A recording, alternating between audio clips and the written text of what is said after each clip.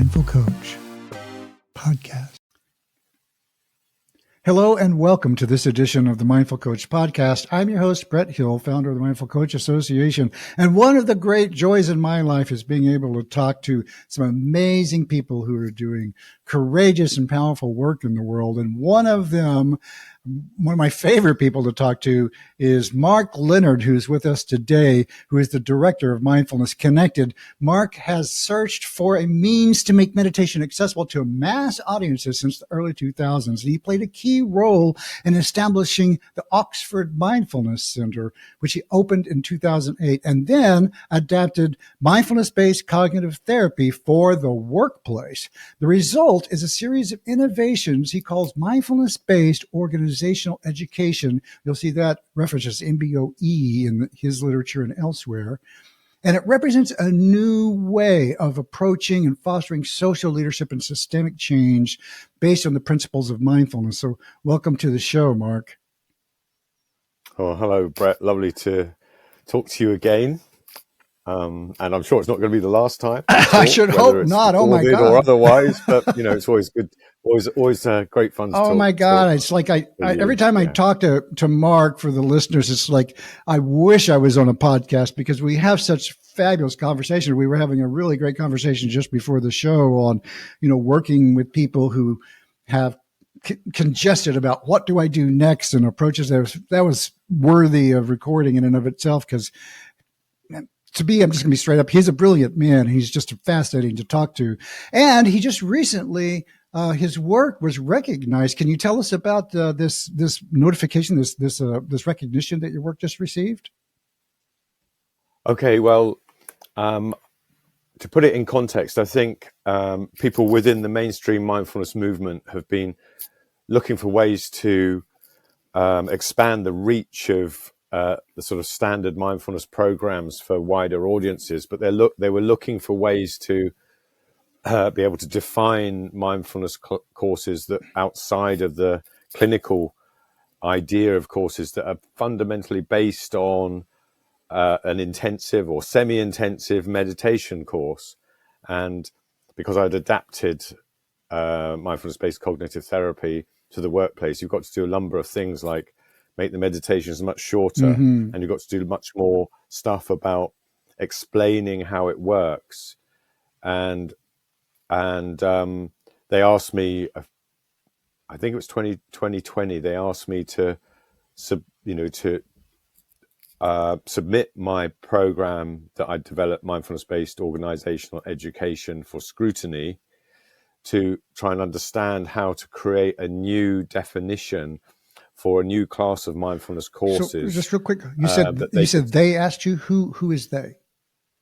They were at that time the representatives from the Dutch Mindfulness Teachers Association and the British Mindfulness Teachers Association, and so they came together and they wanted to sort of have a look at a program as a pilot to see how they could come up with a new set of criteria to validate a new type of approach that meant that there was a wider possibility for a wider application of mindfulness to different audiences without people that was clear, that what it was clear, rather than it just being about, this is a long intensive program that isn't relevant, so we'll just chop it down.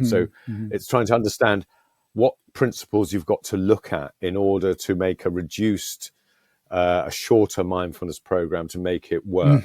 So that's what they wanted to look at with my program, because it was one of the few workplace programs or short workplace programs that ever been actually subject to quite a well-designed trial in the workplace, and then the outcomes were actually published in an academic journal. So they had a good reason to say, well, this has gone through quite rigorous examination, so we can use that as an example to try and come up with an idea of what it could be, how we could define a new type of program that wasn't the mainstream therapeutic long program.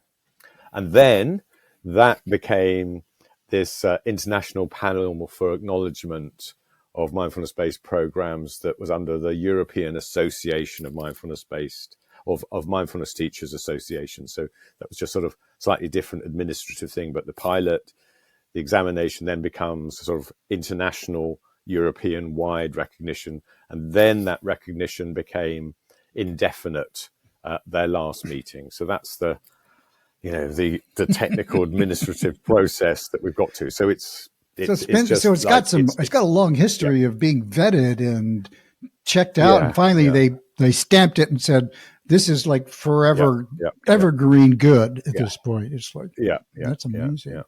And so this is mindfulness-based organizational education. So tell us about how you went about validating that these short mindfulness meditations are effective. And you can go to a business and say, this. If you'll just do this, this will work.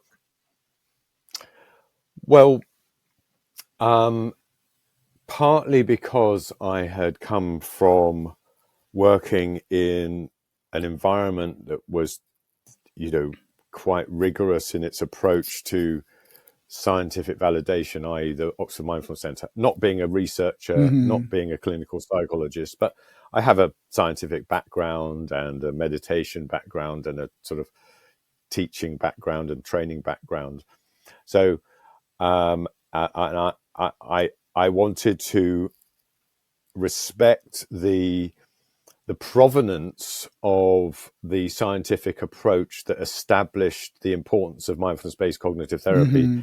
And it's that scientific work in clinical trials that really triggered the international explosion of interest in mindfulness meditation, 15, 20 years ago. So I wanted to maintain consistency with that approach and continue to look at this from as far as possible, to look at this, validate changes scientifically and adapt the approach, being as faithful to a scientific approach as possible. So first of all, I started to teach a short version based on Mindfulness, a Practical Guide to Finding Peace in a Frantic World, which is a sort of short version of MBCT for stress that became a very popular self-help book, and I think is probably the most significant self-help book, again, of the last 20 years or so, that has... What was the book again? Mindfulness, A Practical Guide to Finding Peace in a Frantic World, which was co-authored by Professor Mark Williams and Dr. Danny Penman as an adaptation of mindfulness-based cognitive therapy. Mark Williams is one of the 3 researchers that developed mindfulness-based cognitive therapy, and then got another award, funded award to do further research and set up and in Oxford, and then that's how we set up the Oxford Mindfulness Center, working with. I was coming from the sort of Buddhist studies side of things, supporting that work, and then out of that, the Oxford Mindfulness Center became an idea that was hatched that we set up. And so the work that and that I played a role in setting it up. And so the work that you're doing, you're focusing on, how is it different than this traditional, mindfulness-based cognitive therapy? Or what's the one of the key insights that kind of moved you to create this? Yeah. So first of all, you're shifting from a program that has been designed to prevent recurrence of depression, that has 2-hour classes with 35, 40-minute meditations over 8 weeks, to a shorter course that had 1-hour classes with 10, 15, 20-minute guided meditations, and a lot more teaching and explanation, because people in the workplace are not going to do something because you tell them to do it. They want to understand how it's so you have to create a familiar workplace environment, a training environment. So it had to adapt from a therapeutic context to a workplace stress management context that was a training environment. So rather than going to like a Buddhist center, meditation center, and doing their meditations, you're actually taking this into the workplace. So the environment's important. And then what you said. So, but there's already the change to a clinical environment from a Buddhist environment with the therapy, mindfulness-based cognitive therapy. I mean, mindfulness-based cognitive therapy, again, was based on mindfulness-based stress reduction. Right.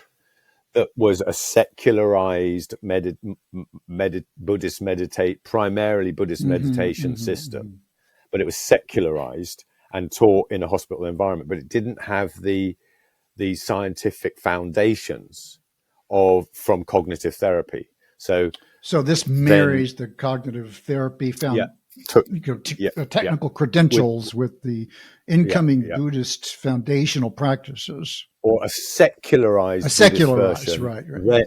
Then given a cognitive therapy explanation of how it works, and then applied to treat, to prevent depression as a cognitive therapy.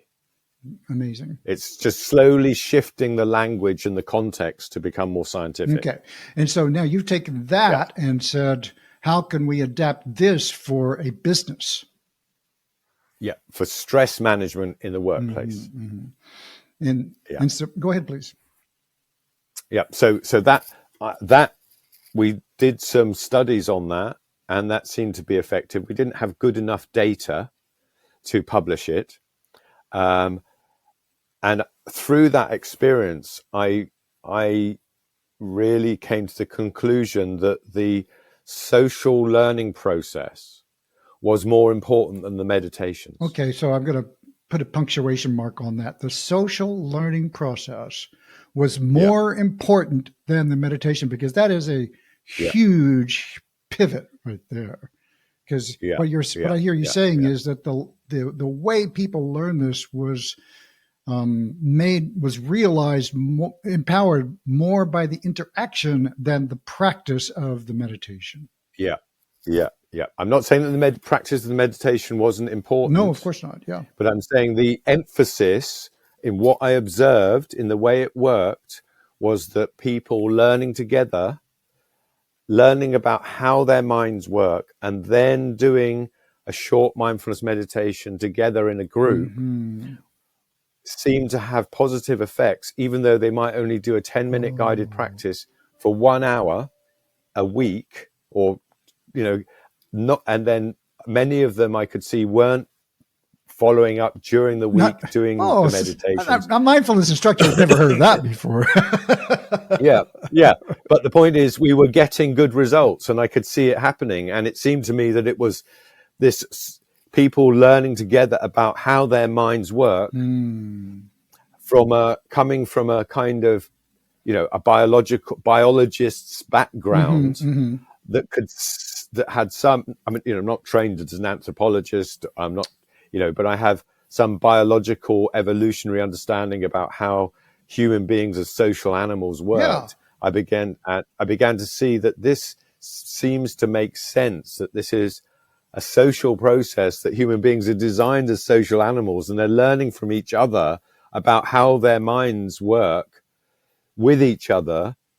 And it came, and so with that insight, I then thought that I wanted to make a program that was explicitly about people coming together, applying those principles of understanding how their mind works as a social mind as culture change in an organization, rather than about fixing people for the stress that they had. I.e., we're all stressed as individuals. That's the way it is. You think? But when we come together and we understand each other, we feel safe. And that is how we feel well and whole, is when we feel safe in a group. And over the last 15 years or so, ideas like psychological safety have become more recognized as the foundation of all sorts of positive aspects of organizational behavior, organizational psychology, based on this idea of psychological safety.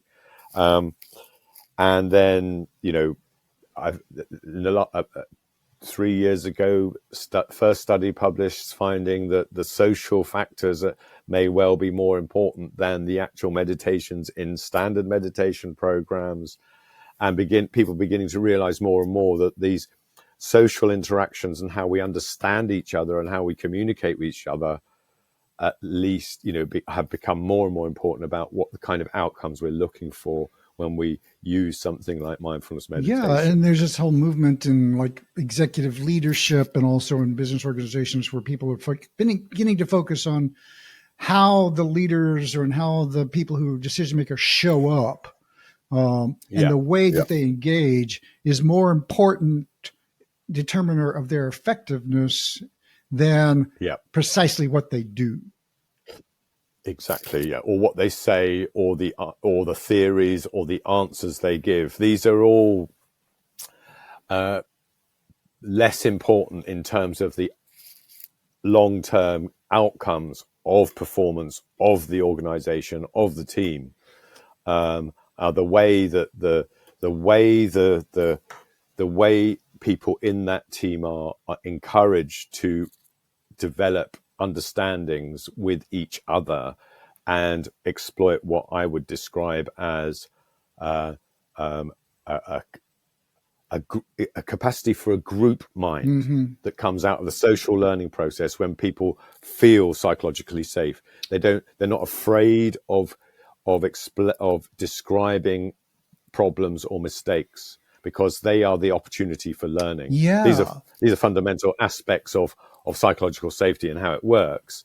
But it's a question of how you achieve that from a mainstream approach. This is about a leader's responsibility to influence the behaviors of a team or people in the workplace. Whereas from my point of view, we can teach people in the team to be empowered to create this frontline culture, which is based on self-awareness of how they create a sense of self and other in the conversations they have, teaching people basic skills to listen rather than give advice, to build psychological safety, and then explain to them why, to understand why this is important and why this has to come first before tackling the problems that need, the business related challenges that need to be solved. I really like the emphasis you have in all of your work about explaining why.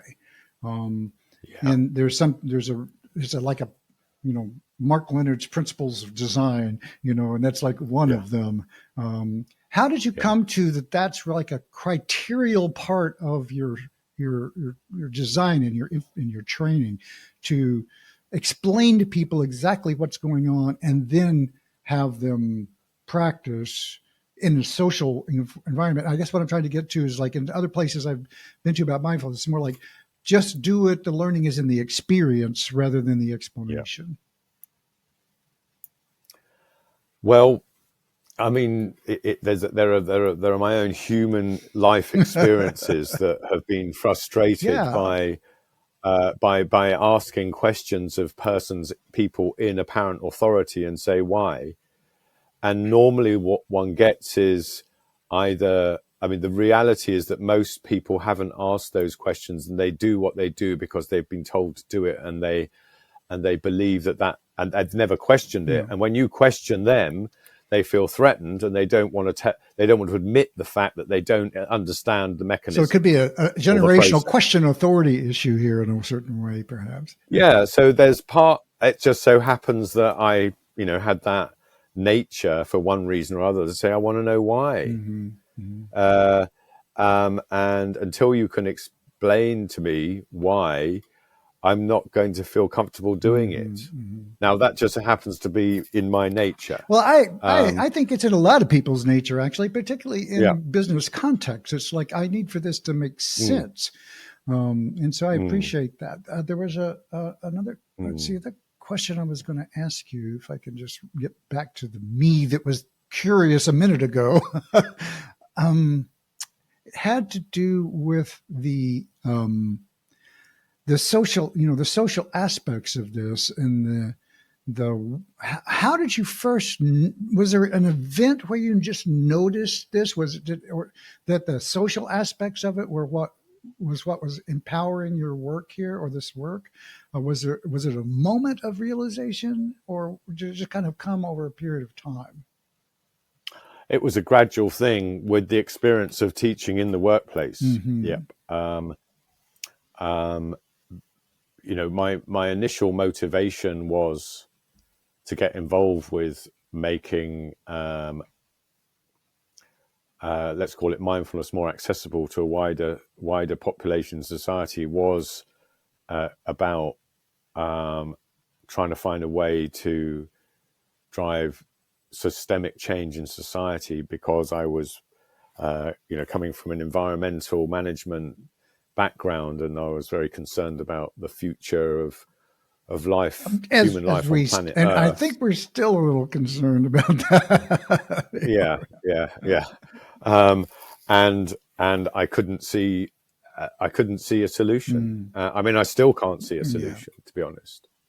But I thought at least there was a way, that there was a possibility that to gain it, creating a way where we started socially to really look at ourselves and what drives our behaviors might start to create changes in the way society and the economy worked. Mm-hmm. And that could lead to systemic change that would enable us to manage the way we use the environment, use our natural resources and the environment in a way that could mean that we could survive as a species. Now, the jury's still out. I'm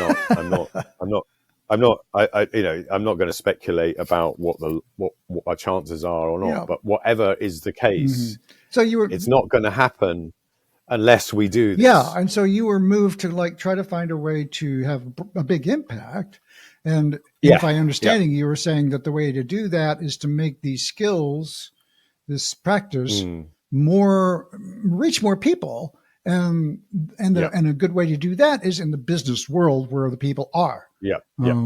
Well, that's how things went after, then it was like, setting up the Oxford Mindfulness Center. This is going to make something happen. Mm-hmm. This is a good way of establishing a powerful influence on society, creating an institution that researches into meditation, mindfulness meditation at Oxford. Big deal. Just that sounds good. Well, that's going to have that's going to create credibility. So that was my first message. But again, the point that I'm making is that this was still about an idea of teaching individuals these practices, and I was coming from an angle that was not strictly speaking about mindfulness. It was a type of meditation that was more to do with ethical practice, meditation combined with ethical practice and philosophical insight. Mindfulness is from a Buddhist point of view, mindfulness kind of fits one part of a whole series of practices within a part of a holistic approach to developing the individual. Mm-hmm. And I was still coming from that idea of the individual. Sure.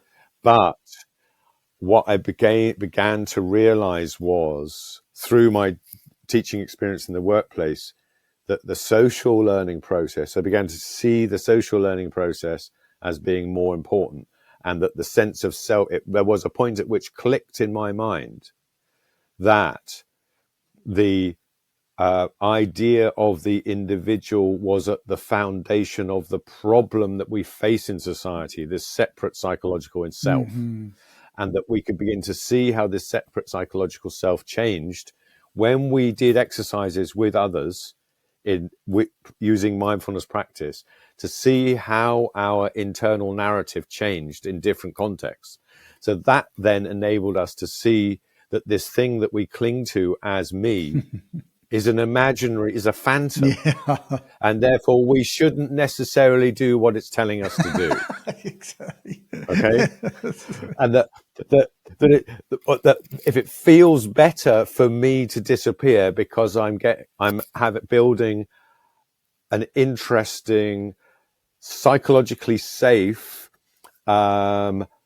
friendship that's better than being in the corner saying, well, I'm this, that, and the other, and I need to do this, and I'm better than you, and I'm going to tell you how to do this.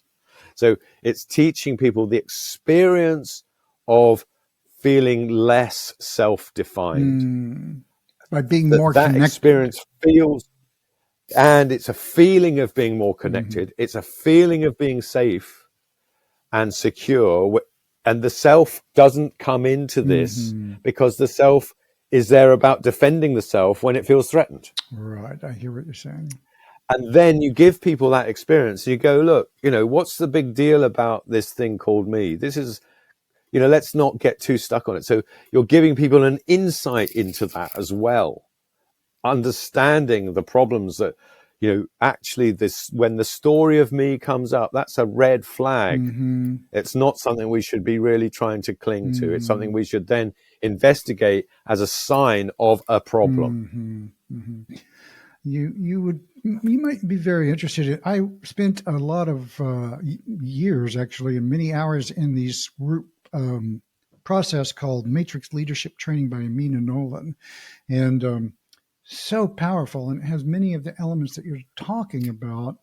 We would sit in these circles for days, and what we discovered is I discovered is that gave me lots of opportunities to explore how, I'm going to use a kind of unusual language, how I do myself in groups. Like, how does Brett show up in groups? Like, because I found out there's a way I do that, and it didn't actually, it wasn't my normal way of being with people. And so I began to realize I have a group Brett that's different than my non-group Brett. And I really got a chance to really explore that duality, if you will, in myself, and wasn't really aware of until I immersed myself in that. Yeah. But there's only one group Brett, is there?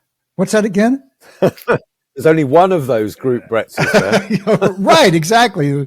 Depending on the group, right? So I'm kind of So, but what I was going to land on here is that one of the key components of her work was this trust, and the way she literally would weave a fabric of communication by facilitating person-to-person interaction within that what she called the eyes and ears of the whole, and was super powerful. And so after he's sitting around and everybody talks to each other, and so the point, because you normally when you're in a group, you talk to the group.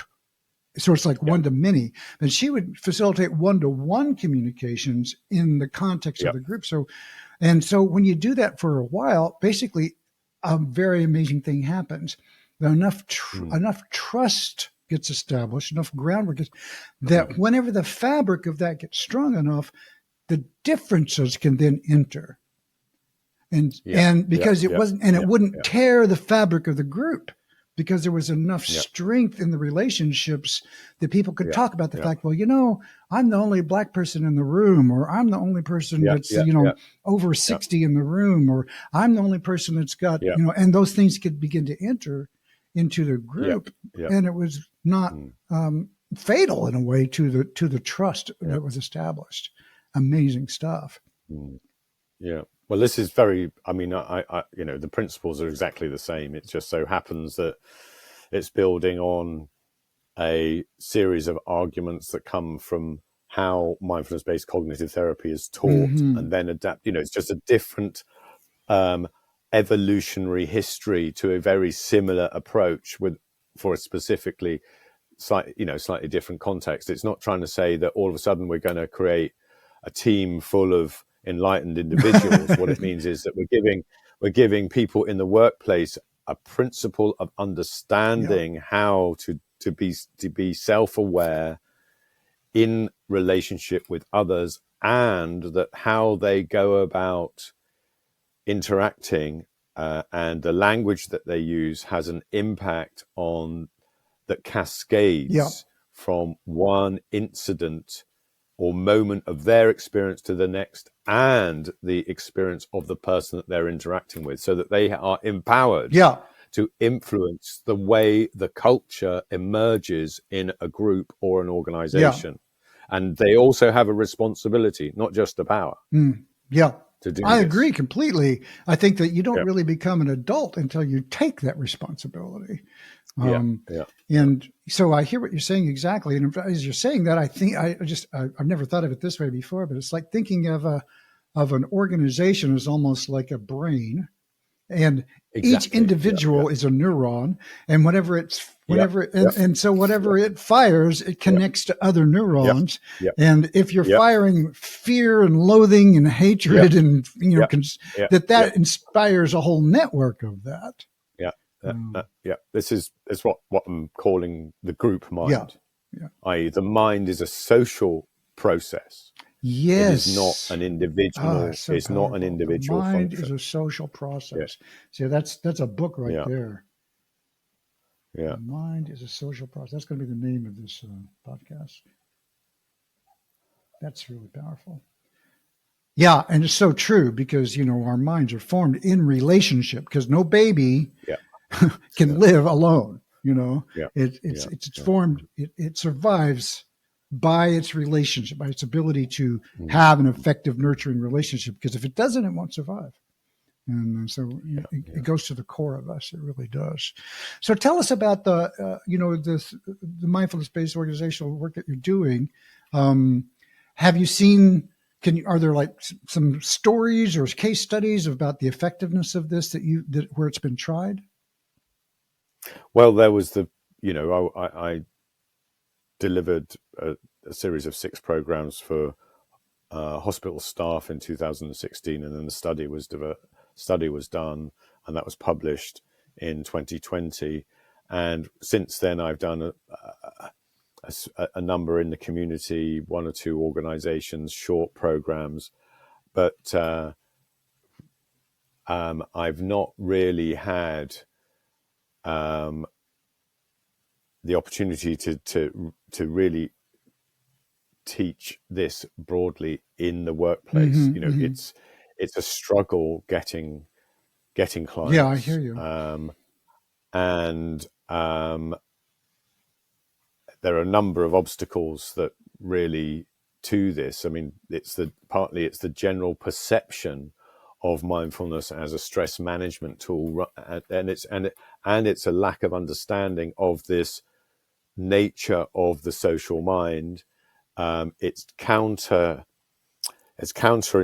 or it challenges the whole structure of hierarchical organizations. Right. So it's a little bit daunting. You are saying, you're under potentially you're trying to explain something that is outside of the reality that most people are able to function in, to try and sell something with. So you're trying to explain something that doesn't really register. Yeah. There's not a market for it. Yeah. Because people aren't aware of it. This is what has happened. This is a classical marketing problem, particularly in the mindfulness world, where people what they need, they don't know they need, and so you can't convince people of a need they have when they don't realize that's what. And you might be looking at them going, if you're a doctor, you really need to take this vitamin D, and they're going, no, I'm eating enough lettuce, and they don't know that's what they need. And so really the work in this field that I've done in the last nearly 10 years or so has been more about being an agent of change within the field than it has been about being able to provide. So you're a mindfulness mole. And I think it's about changing the language to create a market, to create change. So that's exploring that. And that's, if you like, the way the program has ended up being recognized is a recognition of that work. I see. If you like, as much as anything else. And it's also saying to mindfulness teachers within the field, look, we're legitimizing something else that might not necessarily fit your expectations as to what you have learned is a mindfulness program in your training. It's still, I still believe that somebody needs to be able to have a fairly well-developed mindfulness meditation or meditation practice to be able to understand to experientially understand why the internal narrative is not the most useful thing to identify with. Well, exactly so. I feel like in my work, it's like I trained a lot with some pretty powerful folk, and we talked a little bit about, my work with Ron Kurtz, or my study with Ron Kurtz before the show, and who was the founder of Hakomi. And I've had the good fortune to have learned some really incredible people. And at one point, I'm stepping back, kind of looking at the lay of the land of, here's all these meditation practices I've learned, they're really powerful. And here's these martial art processes I've learned, they're really, all of these things really add something to my sense of like what's possible with people. Because I was really went after what can a human being do. I mean, really went after it, not in a casual inquiry way. And I came up with some things and kind of stepped back, and I thought, it seems to me, and it's just like you said, it seems to me like nothing happens with the human mind until you realize that you are not your thoughts. And when you really truly get that you are not your thoughts, that there's something deeper going on here, then that opens a door to a much bigger experience that cannot otherwise be known. And so that all of my work pivoted around, just want to help people have that first realization. Yeah. And yeah, your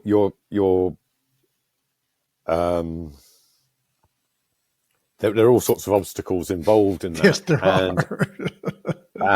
In itself. And then I think one needs to find a very well-designed container for that process. A well-designed container for a well-designed process that reveals this experience. And that's one way of describing this work. Yeah, I like that notion of the container, because it's probably something and that's got to be that's got to feel natural. It's got to feel right in context. It's got to reflect some deeply human patterns of behavior so powerful, that are implicitly understood. And I think, human beings have been doing this since the beginning of time, and an anthropologist might call this ritual. But we don't go into a workplace and talk about ritual. We talk about training. But we are following very similar sets of social activities and processes to lead the person to experience this loss of separate self within a group, to be able to work together. And then we're designing that process, and we're making it accessible, comprehensible, and reasonable, and then inviting a taste of that experience as being the touchstone of where we need to work together to be able to excuse me, as an experience to reproduce, and then giving basic techniques to do that, which do include, simple mindfulness meditation practices and conversational practices that give people pointers to understand why it's not helpful. What they need to do is learn to ask questions and listen rather than give opinions. Yeah. As a basic pattern. Yeah, that's like and practicing that. Right. And there's a point at which I think a conversation leads to a statement of whether it's fact or truth. It's like, well, this is where we are, what do you reckon? Is that it? Now we can start to talk about what we do about it. And I think you've got to build the trust to get to the place where we feel safe to be able to let go of denial, or move on from denial to face the reality of the situation that we confront. When you're talking about the situation being kind of oppressive, perhaps, or kind of like not really wanting to acknowledge the facts of it, the truth of it. Well, it could be the fact. It could be to do with climate change. This isn't very comfortable. I'm also thinking about it on a one-to-one basis. I was, we were talking earlier about sort of the daily work that I do, visiting people in the community with mental health problems, and I have a lot of freedom in this role because I'm not working as a counselor or a therapist. I'm working as a support worker. So I'm a human being. I'm going into these environments, and we were talking about what I think is the fundamental principle that isn't well understood in any field, really. It might be described quite well in person-centered approaches, which is, unconditional positive regard, empathy and authenticity. But what does that really mean? What it really means, in my view, is being able to say, yeah, I'm interested in understanding what's going on for you, and I'm not judging you, but it's easy to say I'm not judging you. I have to be aware of the fact that there's a point at which I go, oh, I think this person should do X, Y, and Z, and just not saying it, and ruling that out because it's obvious to that person. But there's a point at which I can say to that person, when they've gone round and round in circles, I say, so you're saying you can't do this because of this, and you can't do that because of this. And I say, well, what are you going to do about it? I can't do anything. The only thing at some point, you've got to work out, you want to do something about that, and then we can do something. That is the fact, if you like. You admitted it. But they've got to get to a place where they can take it from you because they know that you aren't judging them as wrong or failures of some description. Yeah, you're just reflecting back to them their scenario, their situation. But there's something in you that has to be able to not be frustrated at this person's lack of ability to move forward. Right. And you have to do that because the only way you can do that is when you realize how difficult it is for you yourself to move forward, even when you do recognize your own failures. Yeah. And so you can't be in a situation, and we're talking, here where I think, just to reframe this a little bit, we're talking now about the seat that you're in when you're working with people. And how you show up as let's just call it a helping professional, someone who's in the business of trying to help someone. And in this particular case, I was actually talking about this earlier with a colleague. Ron Kurtz called this what was it? Sitting squarely in the seat of non-accomplishment. Yeah. It's a beautiful way of putting it. Absolutely. And beautiful. so you can sit in this place where you're reflecting back to the client this challenge that they're facing, but you're doing it in a way where you're not invested in the fact that they have an outcome. You're just holding them in the space of this is their conundrum, and blessings be. Well, you're still a human being. You're a human being. It's hard facing reality of how we, chase our tails. And, we have to it's hard coming to terms with the fact that this sense of self that we have that stops us from moving forward, it's painful. It is true. And I'm not going to judge you for that, but sooner or later you'll realize that you're a rat in a corner and you've only got one option, and that's to move on. But I can't make you move on until you decide to do that. And we'll just hang out until you do. And if you ever do, let me know. When I'll you help do, you there. fine, fine, exactly. And that's this is on the individual micro scale, but it's the same principles when we're talking about the big, unsolvable social problems of economy, social inequality, the way we consume resources. That it's like we can't. There's nothing. These are wicked problems. In the same way that trying to intervene in a way that is going to make somebody else move on just pushes them backwards. There's something about not doing here that is powerful. Exactly. So just holding the space for the person. So the person, I keep going back to, Ron Kurtz and Comey, because those principles really apply to me in this context. It's like within each of us, there's a principle in the foundations of a company called organicity. And it's basically that, and also holism, that within us is the knowledge about how to move out of the corner. It's like, Yeah. there's an urge that this doesn't feel good and I want to feel better. Yeah. Yeah. And Yeah. so Yeah. if you Yeah. just hold Yeah. space for that, that eventually the system will reach out towards what it Yeah. Yeah. needs. And then you Yeah. facilitate that emergence, that spontaneous Yeah. emergence. But until Yeah. they get Yeah. that urge, you cannot make it happen. Exactly. How shall I put it? This is this is the $1 million question: is how do you cultivate that recognition that there is a place of suffering that person wishes to leave behind, towards a place where they can imagine that suffering being reduced, Yeah. and the will to do it. Yeah. And I think if I could, that the answer in your world to that is how to do that is relationally. Absolutely. And it's essentially by saying, you're a human being, I'm a human being, I'm not rejecting you. Yeah. I'm not saying you should or shouldn't do anything. You are intrinsically with it. This relationship is unconditional.